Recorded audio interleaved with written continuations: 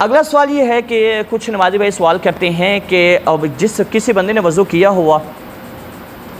ہوا تو وضو کرنے کے بعد اس نے کپڑے چینج کر لیے، تبدیل کر لیے، تو کیا کپڑے تبدیل کرنے سے وضو ٹوٹ جائے گا اور نئے سرے سے وضو کرنا پڑے گا؟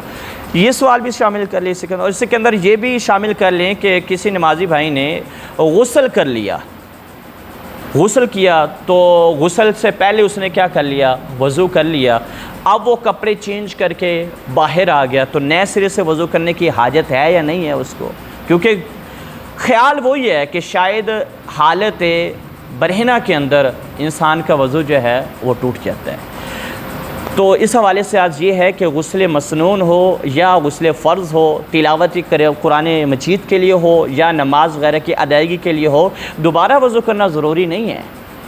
آپ نے کسی نمازی بھائی نے غسل کرنے سے قبل جو وضو کیا ہوا ہے نا، وہ وضو ہی نماز کے لیے بھی آپ اسی وضو سے نماز بھی پڑھ سکتے ہیں، سجدہ تلاوت بھی کر سکتے ہیں، نماز جنازہ کی وہ بھی ادا کر سکتے ہیں، قرآن مجید کو چھو سکتے ہیں، قرآن مجید کی تلاوت بالکل کیا ہے جی کر سکتی ہیں۔ یہی ایک وضو کیا ہے اس کے لیے کافی ہے۔ صاحب بہار شریعت نے بھی یہی لکھا کہ عوام میں جو مشہور ہے نا، ستر کھولنے سے یا گھٹنا کھولنے سے یا اپنا یا پرائے کا ستر دیکھنے سے وضو جاتا رہتا ہے، یعنی وضو ٹوٹ جاتا ہے، یہ محض بے اصل بات ہے۔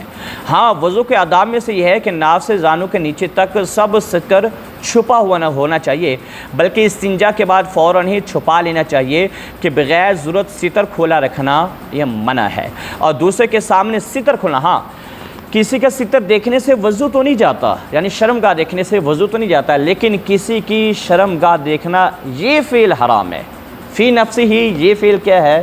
حرام ہے۔ اگر کسی نے یہ کر لیا، یعنی کسی کی ستر پر نظر پڑ گئی کسی کی، تو وضو اس کا نہیں جائے گا، وضو بہرحال کیا ہے جی قائم رہے گا۔ اور غسل سے پہلے جو وضو کیا ہوا ہے وہ وضو نماز کے لیے بھی کیا ہے؟ کافی ہے، سجدہ تلاوت کے لیے بھی کافی ہے، قرآن مجید کو چھونے کے لیے بھی وہ وضو کافی ہے، نئے سرے سے وضو کرنے کی حاجت نہیں ہے۔ واللہ اعلم ورسولہ اعلم، صلی اللہ تعالیٰ علیہ وآلہ وبارک وسلم۔